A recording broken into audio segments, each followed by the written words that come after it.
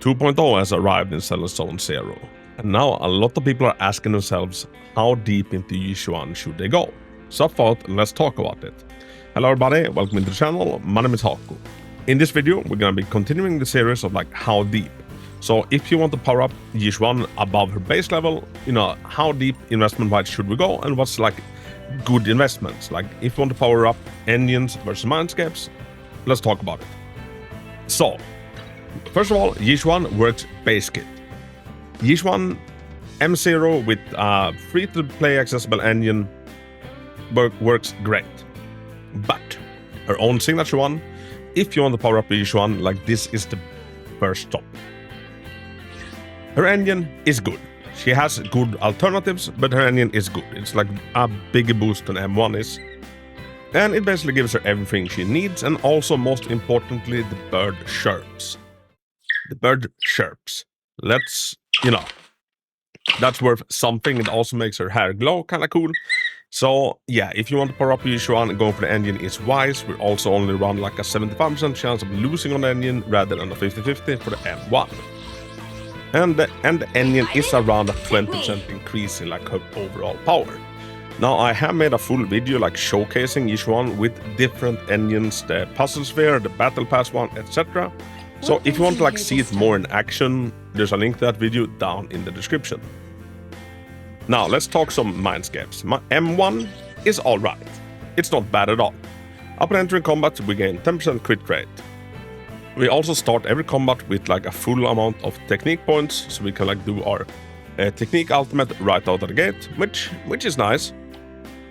And also, when any squad member lands a hit on an enemy, Yixuan automatically summons an extra lightning strike dealing damage equal to 50% of sheer force and restoring 5 additional adrenaline, although that can only happen once every 6 seconds. Now, this one has a lot of stuff baked into it, and I'd say one of the best parts about it is the resource management. The more adrenaline we get, the more technique points we get. The more we can get of one resource, the more we can get of the other one, because she kind of converts them back and forth. So this one is a good one. This one is a good one. 10% crit rate is not bad. It helps out with building her. Overall, it's not the craziest M1 we've seen, but it's far from the worst either. It's quite a good one, and it's around an increase of around 14% in power. Now, as for the really fun one, the really potent one, we have M2, Ward of Misfortune. When an ultimate or special attacks deals damage, it ignores 50% of that target's ether resistance. Now, this is kinda huge, but wait, there is more. Also, when triggering ultimate Xingming Skyshade, which is her Decibel ultimate, all enemies' stun window gets increased by 3 seconds. If we hit a stun enemy with this, they're stunned for 3 seconds longer, which basically makes up for most of the animation this takes playing out.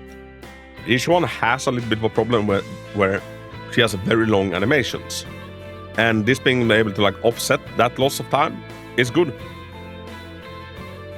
But wait, there is still more. Additionally, when using ultimate Endless Talisman Suppression, which is the technique point ultimate, gain 1 stack of condensed ink effect. And what the condensed ink does is it allows us to chain into a baby version of her technique ultimate. After we've done Xingming Eruption break, after we've done Ashen Ink Become Shadows, we can either press the EX special button or we can press the attack button, and we will do a baby version of our technique ultimate. This one deals a lot of damage, and it is a lot of fun, and it is very potent, and this is around a 30% increase in power. Apart from the engine, this is a very potent Mindscape. And I myself, I was trying to go for this one because I played Yixuan on the creator servers, and I tried out all of the different Mindscapes, and M1 is and M2 is by far my favorite one. M2 feels amazing, it is just a lot of fun. But I got quite unlucky on the banner, so sadly mine is M0, and I will be fine. It's just, I like M2 because it's fun. It's not just an increase of numbers of percentage, it's actually changes how we play the character, and I'm really into that. And when trying out Yixuan, I didn't think too much about M1, but M2 is wow, this is fun. M4, nothing crazy. Whenever we do an ultimate, we gain 1 stack of Tranquility, up to 2 stacks.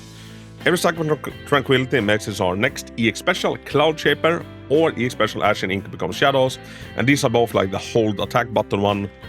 first we start like forming a big glowy blob on the enemy, and that glowy blob explodes, and that actually becomes shadows.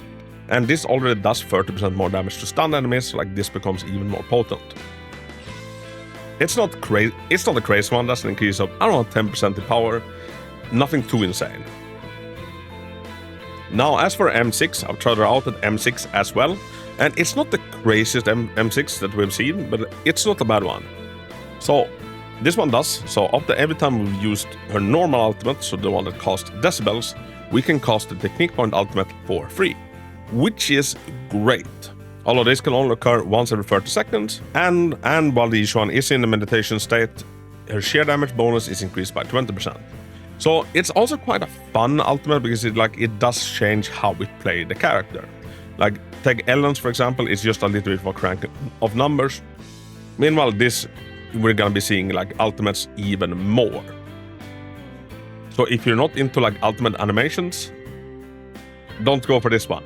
And this is a big increase to her power, like we're talking around 50 to 60% increase in power.